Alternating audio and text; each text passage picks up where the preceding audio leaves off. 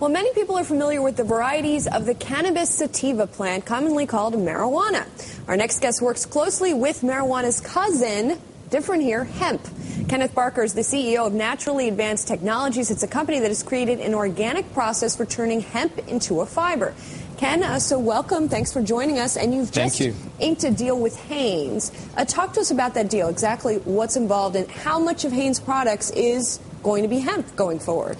Well, we inked a deal that is a multi-phase joint development agreement that allows us to test some of the facilities that Hanes has in their North Carolina plants to see if it'll run our enzyme process through their laundries.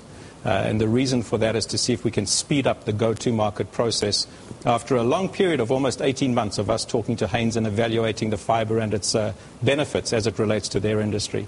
It's early to say right now what the percentage of applications will be throughout the Hanes product assortments. Right now we're blending 20% of our Kralar brand fiber with 80% cotton and achieving phenomenal results. But we'll know very shortly what the full rollout looks like as we commercialize with them. Well, Hanes products, many of them, I assume now, are 100% cotton. Correct. Why use any hemp at all? Why not just stick with cotton? There's two reasons. Our process is an entirely certified organic process. And the consumer as well as the retailers today are demanding an organic platform in order to satisfy the demand that they're seeing coming through from the consumer. Well, there's organic cotton out there as well, though. Yes, there is. What hemp has is performance attributes that organic cotton does not have. In our test that Hanes sponsored at NC State University, we came up with some results that we weren't expecting.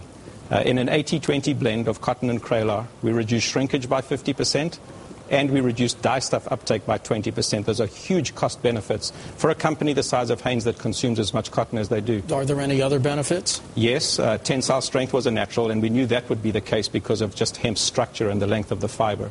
But the fiber also wicked moisture, which we weren't expecting. So it has some play as a performance part as it relates to natural fibers as well, too. But what about the price, though, for the consumer? I mean, you say there's some cost benefit here, but isn't this overall process more expensive? We're priced competitively to organic cotton, which is at a premium to regular cotton. But if you factor in the cost benefits of the reduced shrinkage plus the reduced dye stuff usage, we haven't reached the final numbers yet from that perspective, but we think that we'll be quite comparable to cotton once we've gone through that exercise. Did you have to do a tough selling job to Hanes for this? No, sir. Not any smiles in the room when you went in? You said, we can do this with hemp.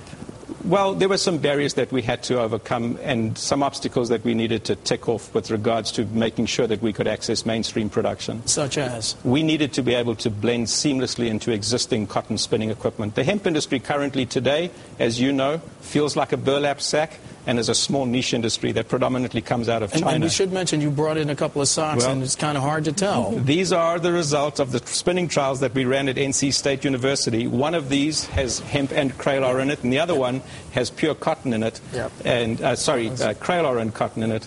And that was the real litmus test, because to the consumer or the average person, you can't tell the difference. But it took you a long time to get here. I mean, I saw your company was founded in 1998, and you know, you're still, even now, just testing this, just going through the process with Hanes. So I assume during this whole time, you guys not making any money.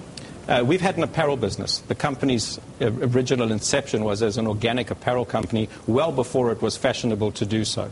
That position put the company in a space where, when the technology rolled out from the National Research Council of Canada, Hemptown, as the company was called, was first and foremost at the list of companies that had experience. We've since evolved from an apparel company to a fiber company, and in the fourth quarter of this year, we'll achieve our first revenues from our Kralar fiber production as opposed to our apparel business. And just quickly here, what will those revenues be? They'll be very, very small. We're in the development stages of starting to feed our major trading partners with development quantities. We'll hit full-scale production next year. Okay, Ken Barker, thank you so much for coming in. Thank you so much for having me. CEO of Naturally Advanced Technology.